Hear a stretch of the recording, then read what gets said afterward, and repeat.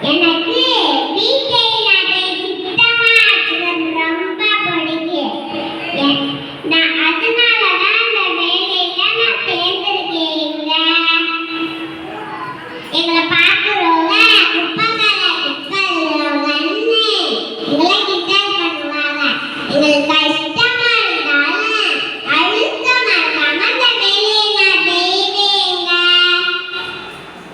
எத்தனை பேரு நம்ம சுற்றுப்புறத்தை சுத்தமா வச்சுக்கிறது?